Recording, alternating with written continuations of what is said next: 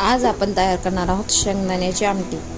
त्यासाठी लागणारे साहित्य: शेंगदाणे व तीळ भाजून घेतलेले आहे, टोमॅटो, कांदा, खोबरा कीस, कोथिंबीर आणि कढीपत्ता। सर्वप्रथम आपण शेंगदाणा व तीळ यांना बारीक कुटून घेऊ।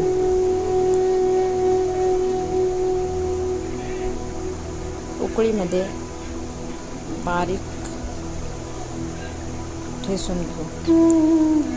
शेंगदाण्याचा कूट तयार झालेला आहे, त्याला आता आपण काढून घेऊ। आता आपण फोडणी द्यायला घेऊ। त्यामध्ये कढईमध्ये तेल, लसूण, बारीक चिरलेला लसूण टाकू। त्यानंतर त्यामध्ये थोडीशी मोहरी टाकू। मोहरी तडतडल्यानंतर त्यामध्ये जिरं टाकून घेऊ। कढीपत्ता, खोबरा कीस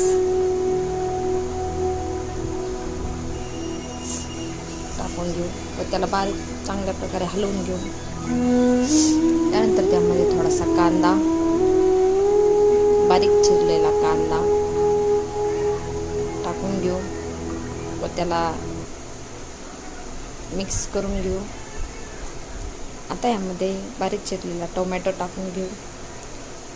टोमॅटो व कांदा हा नरम होण्यासाठी त्यामध्ये थोडंसं मीठ टाकून त्याला आपण झाकण ठेवून 5 मिनिट तसंच ठेवून देऊ।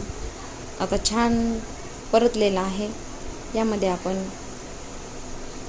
चटणी, कांदा लसूण मसाला, थोडासा काळा मसाला, थोडीशी हळद टाकून घेऊ। धनेपूड। आता याला चांगल्या प्रकारे हलवून घेऊ। थोडंसं पाणी टाकून आपण याला शिजवून घेऊ। छान खमंग फोडणी बसलेली आहे। आता याला चांगल्या प्रकारे परतून घेतल्यानंतर थोडंसं झाकून ठेवू।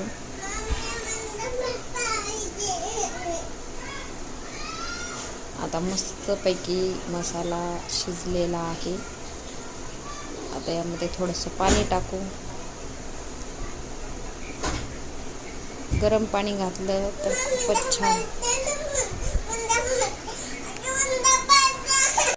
आता यामध्ये आपण कुटलेला शेंगदाण्याचा कूट टाकून